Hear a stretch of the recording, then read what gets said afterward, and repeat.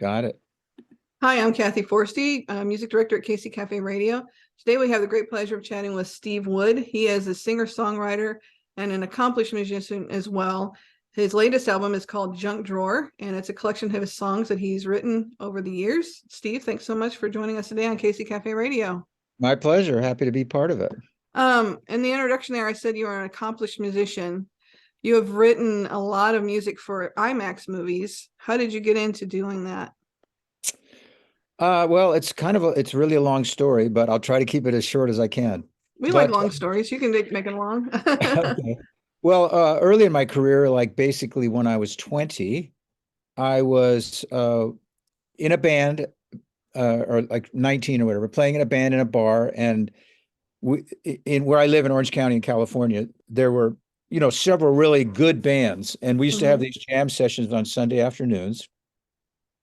And drink wine and do whatever and play music. And I noticed that every band was built around one good person. There was really a lead person in that band. And it just so happened one of the bands had a great drummer, one of them had a great guitar player, one of them had a great bass player, and so on. And I thought, hey, why don't we put together a group of the best musicians and start not playing bar music, but start playing original music and see if we can't keep from getting stuck in the local bar scene. So that band started, and it was getting a good following here. And that was a band called Honk, right? That was Honk, yes. And we were all here from Orange County and a couple of surfers, and we're really had that California lifestyle, really just I would say liberal musical tastes. We did country music, we did jazz, we did folk. We didn't really care. It was just whatever resonated with us. And it just so happened that a fellow that lived here in my town, Laguna Beach, who was a budding filmmaker who was making surfing movies at the time. Surf movies were something that was like a local phenomenon where you'd kind of set up a camera, go to a place, take films and take shots, and then edit together, and then go to different towns and hire the boys' gym somewhere and stick up a bunch of posters, and then go to that location and get all these surfers in there, and then stand up with a microphone and drop a needle on a record and show a movie. Yeah. And it was a big deal for the surfers because they were just dying to see surfers. There see wasn't themselves. That, yeah. Yeah, it was a small world. It wasn't so like anyway, this beach fellow, blanket bingo or anything like that, right? It wasn't anything about that. It was completely about waves and the several surfers who were the top guys of the day. And there was no YouTube or anything, so we were just hungry to see what was happening in Hawaii or what was happening in Australia or what was happening in all these different places. So this fellow had made a couple of movies, and he was in college, and I don't think he knew exactly what he was going to do, but he was doing this on the side, and he decided to make one last movie, and it was called 5 Summer Stories. And he was able to get the music from the Beach Boys. They contributed their music for him to use in any way because they had seen his other movies and liked it. And so then he hired my band, Honk, to make the score for that film, and he knew a couple of our songs already, and he said, hey, this is a perfect song for a theme for the movie. And then he gave us a list of things. I need music for the Bonsai Pipeline, I need music for this kind of stuff. And we were surfers, and we just went in the studio, and at that time we were very serious about our songwriting. And we got this gig, and we thought, well, this will be fun. We'll just, like, one of the pieces we wrote, like we said, okay, we got to write this in less time than it takes to play it. It was like we were just buzzing through this stuff really fast. And then so the movie came out and became what you would call a smash hit in the surfing world. It was basically it changed the face of surf and surf music because our music had nothing to do with Dick Dale or like typical Pipeline surfing. and that kind of stuff. Yeah. And so it was kind of all over the map once again. It was kind of country, it was kind of folk. But in a certain kind of way, it captured that era, and it captured the vibe of just joy, really. And the film did really well. And one of the songs got released on our publisher's label, and it got to #1 in Hawaii, and that got us a record deal. And then we went on the road with a bunch of different big bands, the Beach Boys, Loggins and Messina, Chicago. We got signed to a big label. We played the CBS convention. Aerosmith opened for us. Wow. And we were, on our way. But, due to personal differences, we didn't get, we barely got off the ground before the band broke up. But in the meantime, the fellow, Greg McGillivray, who did this surf movie, became a serious filmmaker and got into the IMAX field because he's such a wonderful cinematographer and he wanted a beautiful screen. Ultimately, he became the biggest producer of IMAX documentary films. And because he and I had a wonderful experience doing this movie, Five Summer Stories, he started hiring me to do music for his films. And so that was one of those things where it was kind of luck, but luck being when preparation meets opportunity, because I had spent years recording. I had a studio and I was very much into production and into writing and arranging. And I loved music, like film music. I'd always loved film music since I was a little kid. First record I bought was Walk on the Wild Side by Elmer Bernstein. I just loved that kind of music, even though my music that I was writing as a songwriter was more pop. Right. So anyway, that's how I stumbled into that. It was somebody I knew and who went on to be very successful.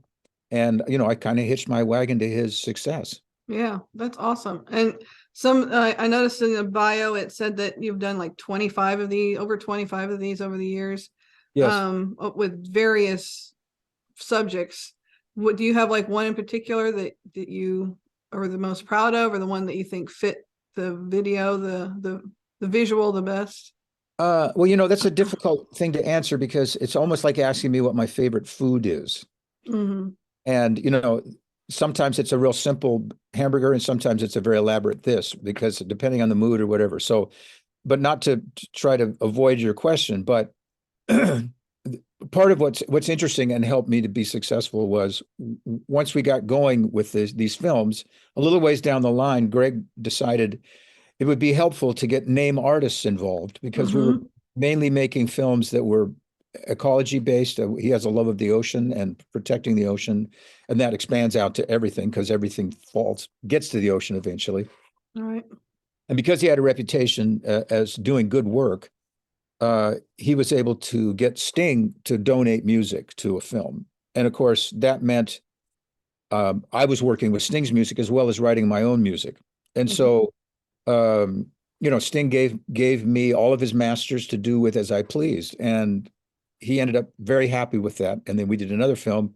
Then he gave me some songs to produce and actually, do the whole arrangement for. So that was a kind of a breakthrough for us. And that ended up, we worked with George Harrison, we worked with Paul McCartney, we worked with Queen, we worked with all these different name acts. And in his case, it was because you can put that on the poster. And also when people hear that music, you know how it is when you hear something you like and it's kind of from your past. It's like being an old friend. Right. So it was a way to kind of open the door when somebody saw the film. First of all, it gets them in the door and then they go, oh, there's that music I like. So, but that, for me, that opened a whole lot of doors to work with all these different artists, and it opened a lot of other doors to work with other artists because now I had worked with name acts and all that kind of stuff. Right. But now back to your question, I think my favorite film that I ever did was called Greece, Secrets of the Past, and it was about ancient Greece.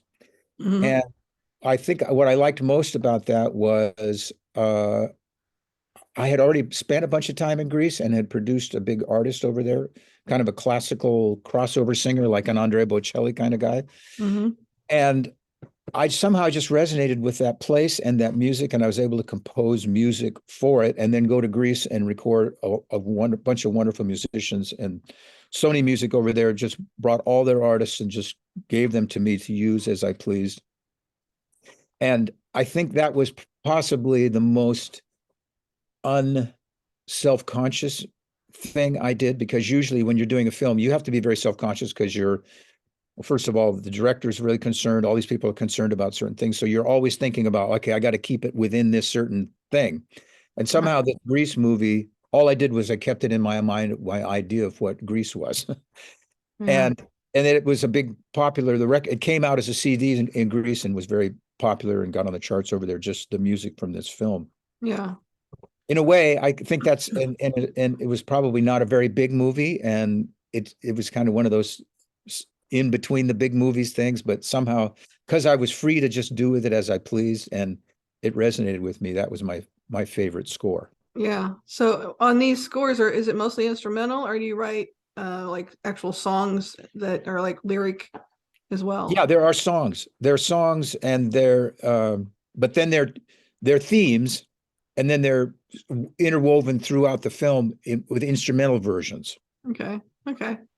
That's pretty cool. What so other than like Paul McCartney and like some of the big names, do you bring in like other singers, or have you sung some of those songs yourself? Yes, I'm a singer, and I sang some myself, and then I used other singers depending on, like I did a film about the Arctic, and that was with Paul McCartney. Again, he was enthusiastic to contribute stuff, and I think part of it was, he asked for a list of songs before he decided whether he wanted to be involved, and I spent a week listening to everything he'd ever done, and I picked songs that he's one of those guys. Of course, he's a Beatle, and the Beatles were, super influential, and I don't think I'd be a musician if it wasn't for them. But Most of us think after the that. Beatles broke up and he went off on his own, I sort of stopped paying attention, partially because not everything he did was as good as I would hope it would be. And sometimes your interest drifts away. And then I spent that time listening. It was like, oh my God, some of these songs are as good as anything he ever did with the Beatles. I just didn't hear him because he wasn't a Beatle any longer. Mm-hmm. And so I made a list of my favorite songs and the ones that I thought would fit the film. And he wrote back and he says, nobody ever asked for these songs. I love these, your choice, here's the masters, do with it as you please. So, so part of that was like, I wanted a singer that would reflect the sound of the Arctic. And so I spent a bunch of time listening to different Icelandic singers and all these different people. And I found this woman in Iceland named Raga Grandal, and and she just has this beautiful angelic voice and soulful at the same time.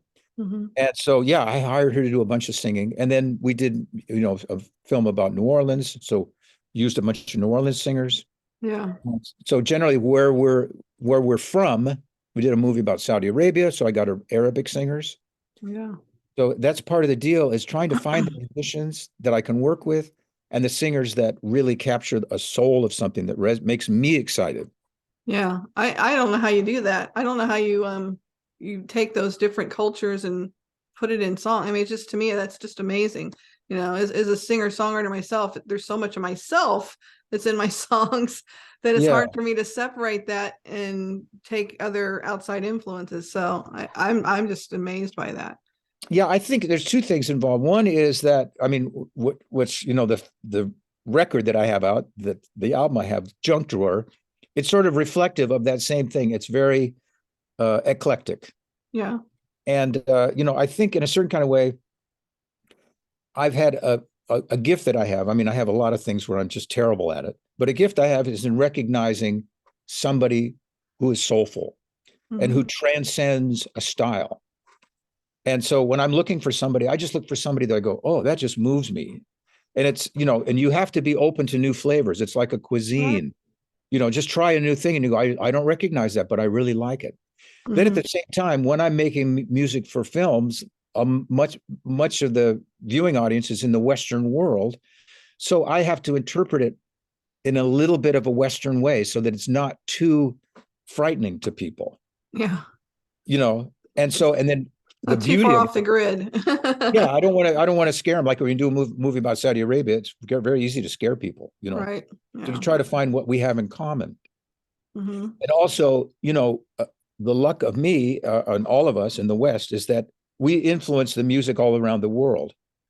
So like a movie about Arabia, okay, Arabic music, they don't use a scale. They don't use our scale. Right. If you put a third in a chord, they're like, I don't know what to do, because now you define something too much. Right. All of their notes are flexible, like we have a third that's flexible, like in the blues. Da, da, da, da, da, how you play with that third gives it tension. Well, they have all these scales that they play that they give every note attention, a certain kind of tension. But they've listened to our music so much that it's easy for them to go into our style.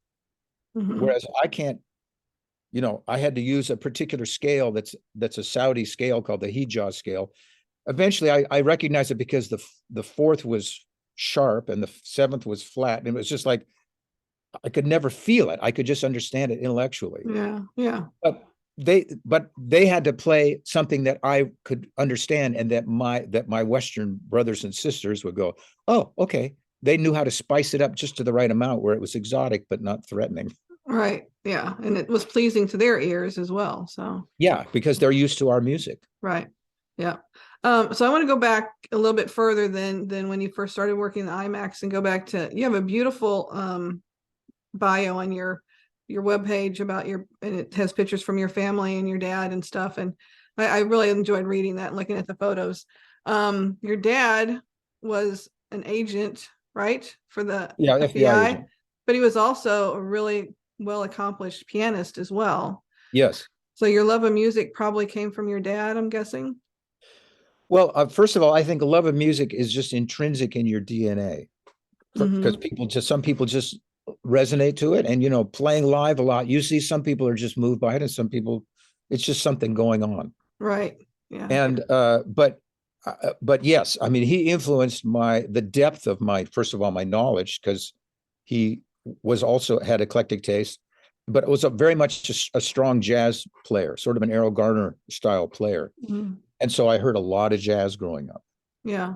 And he took me to concerts. That's exposing you to music too. Yeah. And and he included me. My mom and dad were just great people, and just included me in everything. Go to parties or whatever, and there was a lot of jam sessions with guys, and so he would take me along, and there wouldn't be any other kids there, but everybody treated me like I wasn't a kid. Yeah. He didn't give me drinks, but I just felt like I was part of that. I didn't feel isolated as a young person. Yeah. And and so that gave me in a certain kind of way, that my ability to work with Greg McGillivray, for example, was I didn't have a problem working with people because I didn't have an issue with others. I wanted to work with them because I was lucky to be raised in a family that was inclusive, and it wasn't competitive. It was just for the joy. Yeah. And was your mom a musician as well? Did she play or No. sing? No. No, she's an artist. She was a teacher, and she did like fabric kinds of art. She did a lot of quilting, and then she did sort of contemporary things that she kind of invented, but it was all based on fabrics. Yeah, that's great. And your brother, was he a musician, or go into music at all, or? No. And interestingly, he's 6 years older than me, and he was one of those guys that just killed at school. He was so good in school, top of his class, valedictorian, gave the speech at the graduation, went on to UCLA, got a law degree, became a big corporate attorney with a sailboat and a house on the beach. And I was sort of like does Steve tests highly but doesn't do well in school? Always doesn't live up to the expectations. And I think I was ADD before it was analyzed, But fortunately, again, this is the luck of the draw. My mom was a teacher, but I would bring home a report card that said, doesn't live up to his expectations, blah, blah, blah. And she would say, they just don't make schools for kids like you. And so she recognized that. That's awesome. Yeah. Yeah. And she helped me. She always looked for things that I was interested in. And we would collect shells at the beach, and we had shell pals around the world, and we'd send them a shell and say, we found it at such and such a tide at this beach, and it's phylum, and she just found ways of getting me engaged so that I didn't feel like I was a loser. Right. Yeah. Because that can happen with school. Yeah. It can happen with school. Yeah, absolutely. Very much so. Yeah. So you started Honk. How old were you when you guys started that band? 20. 20? Yeah. And I know you met your wife through that band, yes. which is Beth Fitchet Wood, who is a great singer-songwriter. I've heard her a lot. We play her on Café Radio as well. Yeah. So how did you guys meet up? We met at a place called the Golden Bear, which was a nightclub in Huntington Beach, which is just up the coast from Laguna Beach. She had recently moved to LA from Phoenix, and was a budding musician living in LA. And she was friends with Jackson Browne, and he was nobody at the time. Mm-hmm. And he told her about this place in Huntington Beach. They'd have a Monday night hoot session, which was basically an open mic, and the owner would watch, and if he liked you, he would hire you and pay you and have you as an opening act for a name act. Mm-hmm. And this was, I don't know if you know the Troubadour. Yeah.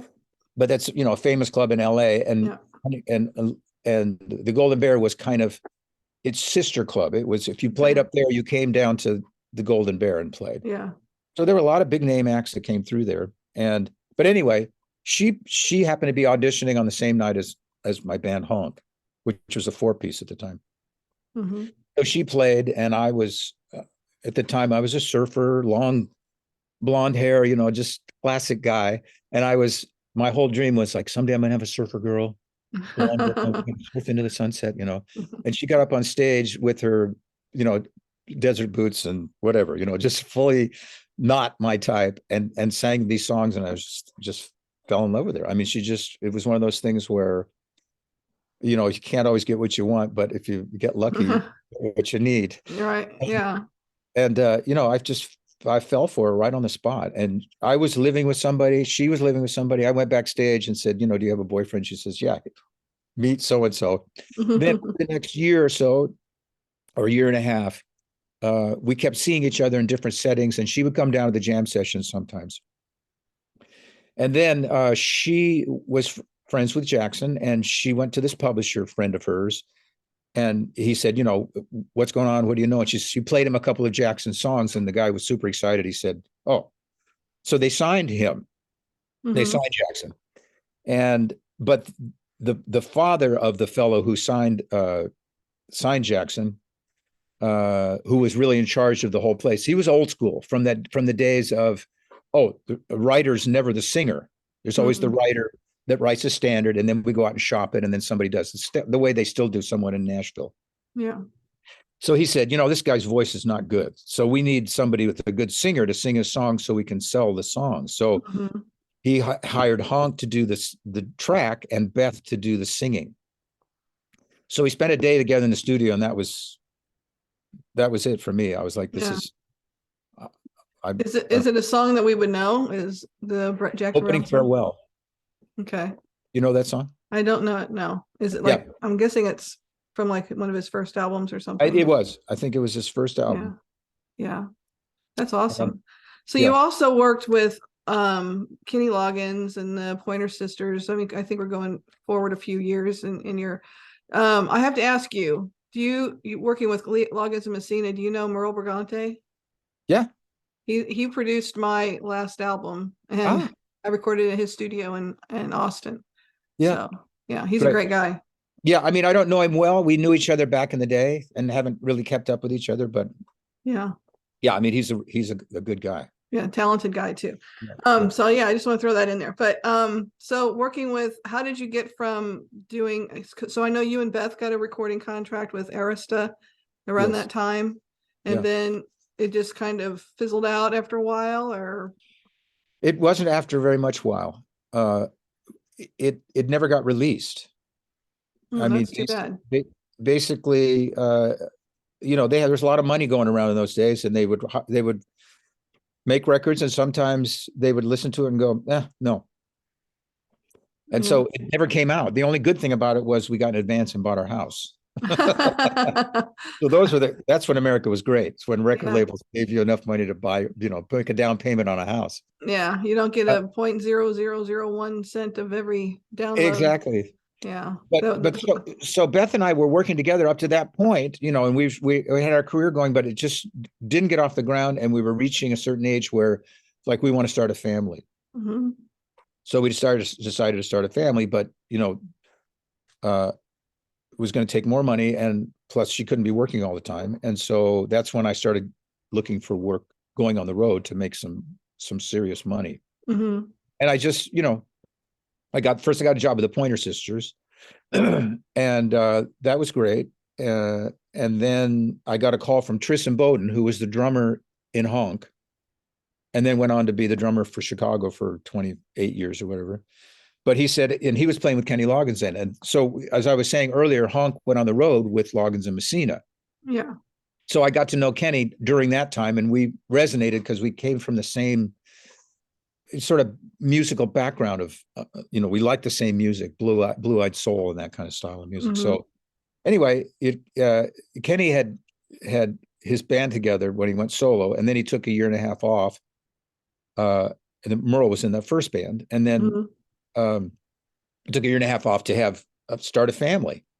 And then he started a new band, and Tris called me and said, hey, Kenny's looking for a keyboard player that sings, and he knows you and he likes you. You should give him a call. So I called him and, threw my name in the hat, and it ended up, I got hired for that. And that was a 10-year gig. That's awesome. So what year was that, from like early 80s? 80 to 90. Wow. That's cool. Yeah. So during this time, were you still doing the IMAX thing? So the IMAX thing didn't start until the mid 80s, or like 84 or something like that. Mm-hmm. But I did do one more film for Greg, and that was one of the things that opened the door. He was doing kind of a little project on the side, a 16mm film, and he hired me to do that. Yeah. And, I didn't know what I was doing. I just, again, I just dove in head first thinking I can do this, and figured out as I go. And that's fortunately, again, Greg, he was such a good guy, and still is a good guy, but he just gave me so many opportunities, and just believed that I could do it, and just go do this. And, he said, okay, now these are great kind of pop scores you've been doing, but now we need an orchestral score. Yeah. Like, I don't have any formal training. So, but at the same time, I was orchestrating on synthesizers, and I knew orchestration intrinsically in my head, but that doesn't mean, it's like you can know everything about an airplane, but doesn't mean you can fly. Right. And so I just found a fellow that I hit it off with, who had a doctorate in composition, but knew very little about my end of the thing. And we kind of became a team, and he taught me how to orchestrate, how to work with an orchestra. And, all these opportunities came because as Greg grew, he didn't do what so many people do, is they leave their pals behind and start hiring the big time people. Right. Which it's understandable. Okay, I'm in the big time. I can't wait for my friends to catch up. Yeah. But he did, or he gave me all these opportunities to expand. Right. Well, that's awesome. So quickly, before we run out of time, I want to talk about Junk Drawer. This album is like I mentioned in the introduction, it's a collection of songs you've written over the years. And we've been playing several tracks from the album. I want to talk about my favorite track, which is Another Day. Tell me about that song. Well, I mean, it's funny because I was talking to my son today about these periods when you're fearful and the periods when you're okay. And part of it is, your ability to see a bigger picture, because most of us are looking down to our next step because we don't want to step on something. Mm-hmm. And, when it gets rocky, it gets scary, but if you can remember where you've been and how many good steps you've taken, and keep that in mind through the bad times. And Beth and I have a very elaborate philosophy called "I'm great, I suck." And it's not that elaborate. It's just that sometimes you're great, where everything's just falling into place. And then sometimes you just suck, and it doesn't matter what you do. Right. And it's really hard to not think you are that time, to not think I just suck, because when you're in the I suck mode, you just suck, and you don't see, but at the same time, I'm great, because you're emotionally caught up in the suckedness of it all. Yeah. And so that song is really, just trying to get you to remember, hey, this is just another day. Mm-hmm. Tomorrow could be the best day in the world. And tomorrow you might think you're on top of the world, and then the next day you suck. And that's just, it's kind of an Eastern way of looking at things, but not because it's trying to be that way. It's just that, as you know, the older you get, the, the more perspective you have. Right. The yin and yang of life, right? Exactly. Another one that's been doing really well on our charts is Box of Memories. That's another good one. What's that one? Where'd that one come from? Well, I think partially it's a little bit inspired by Beth's. She has sleep problems sometimes because she wakes up and starts thinking about stuff. And we all, I think, go through that, where you wake up and you'll think of something that makes you angry. And then all of a sudden, all these things that make you angry start to get into your brain. You can't get back to sleep. No. And the song is really, and I just realized this yesterday, it's about mental, what's the word I'm looking for? People that collect stuff and can't throw it away. Hoarding. Hoarding, yeah. It's about mental hoarding. You hang on to all these things because the song is, you never know. You never know when you're going to need this. So you hang on to this memory because you might need this memory. The song starts off, I'm mad at you, but I just can't remember why. Yeah. But I'm still carrying that thing that I'm angry at you with. And so it's about all those things we hang on to as a hoarder because we think we might need them rather than just tossing them away. Yeah, that's a great idea for a song. And then I know that you and Beth collaborate now and then. What was one of the songs on Junk Drawer that you guys collaborated on? Well, there wasn't that much collaboration because this was, Dad out in the garage playing around with his Erector set. And I called her in occasionally, Beth, I need you to sing here or this or that. Wasn't very collaborative. And in fact, a lot of the stuff we do, I mean, we're really close. We spend a lot of time together. We help each other with our music, but we're not that collaborative in the early stages, in the creative stages. And part of it, I think we both know, and this is one of the reasons I retired from commercial music was I wanted to get back to listening to the quiet voice that is trying to tell you something you don't know, and you have to be really quiet to hear it. And in the commercial field, and this happens for songwriters too, I have to remember to be this way because this is what's popular or this is what's this way. As soon as you tell that little voice what it has to be, it stops telling you what you should hear. Yeah. Because it has no goals. It's just a flower that comes up. And so you have to really be quiet and let it happen.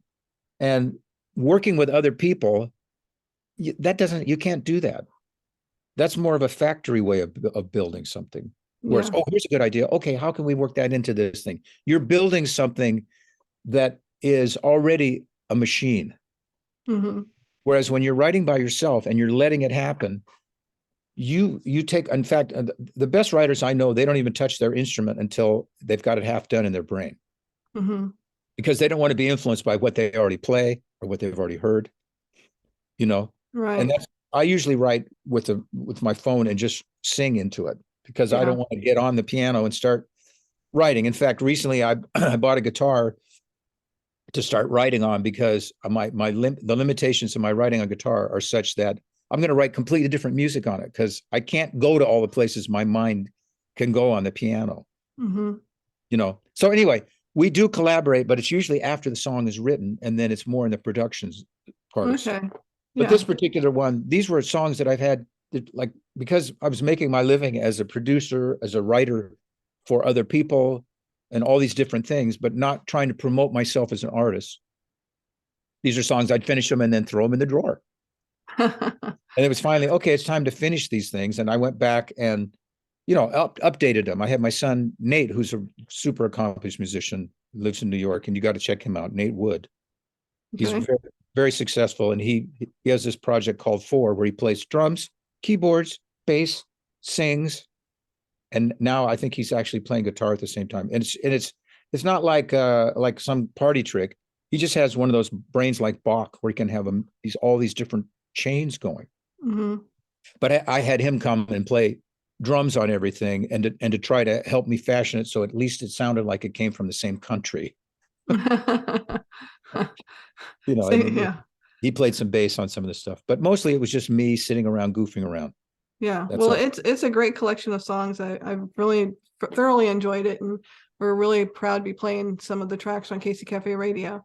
Well, from my end, I don't have any promotional talent or even desire. I get up in the morning, I just want to make music. I don't want to sell it. And so I really appreciate anybody that helps me. And I won't even say sell it, is just to have people hear it and somebody to enjoy. Because in the end, that's what you hope is going to happen. I mean, it's like sex. It's way better with others. Exactly. Yes, I agree. So, so I want to thank you again for joining us today on Casey Cafe Radio. You can check out Steve's website at stevewoodmusic.com. Like I said, there's a great bio on there, and it tells you all about all the IMAX things he's done as well. So go check that out. And thank you so much, Steve, once again for joining us. Yeah, thanks for having me. All right.